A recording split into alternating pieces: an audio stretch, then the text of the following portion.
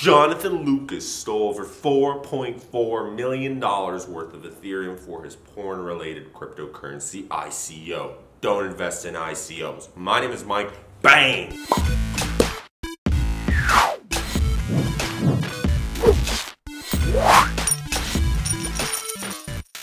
So there's this thing called fantasy market, FM tokens. I was joking about the fact don't invest in ICOs. However, most ICOs, unfortunately, are either scams in terms of they may not take your money and run away, but their original goals and what they set out to do in their roadmap may never happen, or most of it is probably going to turn out to be absolute garbage. There was gaming applications. Sure, they came out with a game, but I think you could find something better on iTunes and the Google Play Store than that ICO that raised $30 million. This particular one had a goal of $25 million. It flamed out around November, December of last year, and a couple investors in particular, there was 4 of them, invested a large sum of money.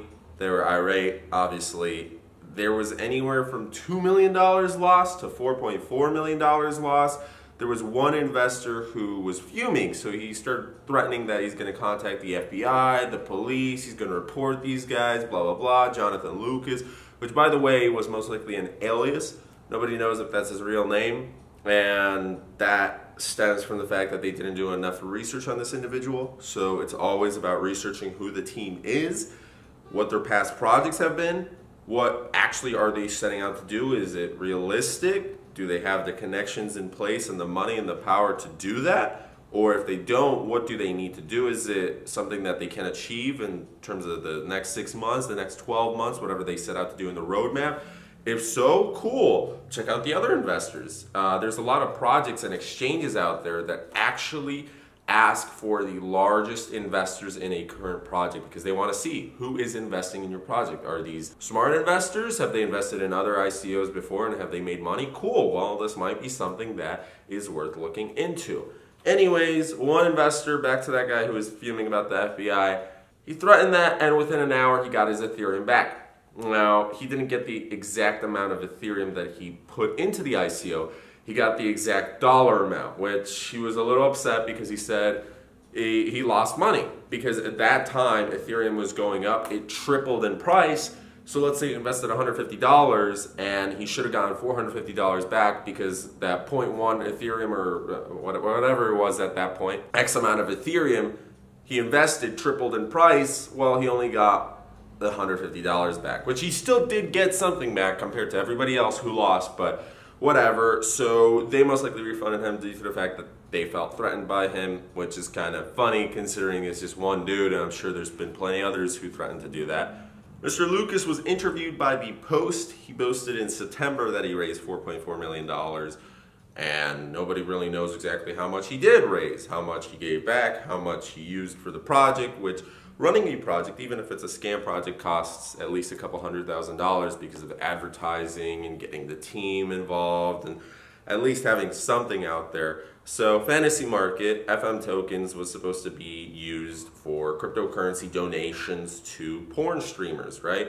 And that makes some sense considering porn streamers and cam girls are already accepting Bitcoin, Ethereum, some are doing Ripple, some are into their own thing, whatever, that's fine. A lot of individuals find this a good niche market. Pornography has existed since, the very beginning of the internet. Everybody loves donating money. Okay, not everybody, but the few people who do love donating money, they're going in pretty hard. I mean, ever heard of like FinDom, financial dominatrixes? Whew, there's quite a bit.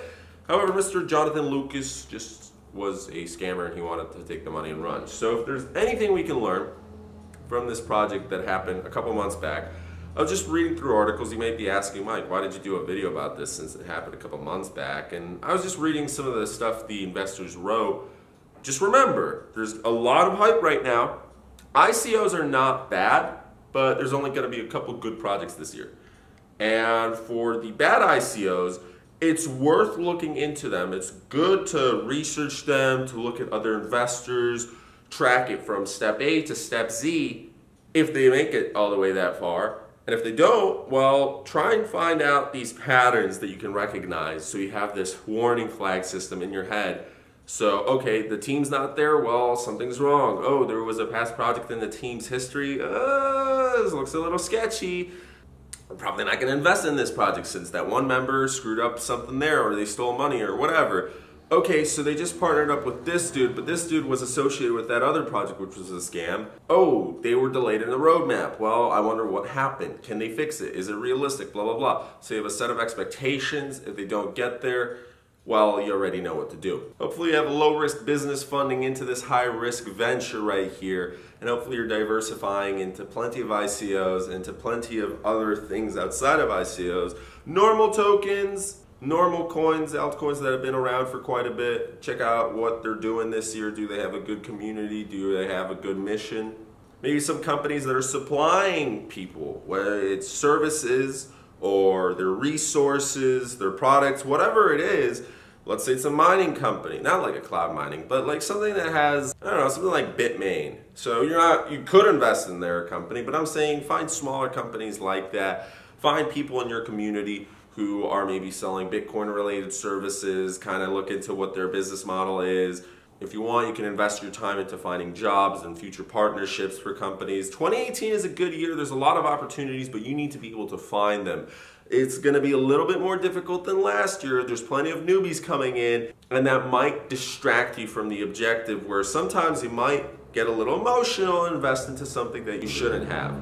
It is really loud outside. Wow. I'm living like right next to the main street. The ocean's not too far away, or the sea, or whatever it is, the Mediterranean Sea, I guess. That's that. My name is Michael Cabrera. Thanks so much for watching. Don't invest in... Where in the world is Jonathan Lucas?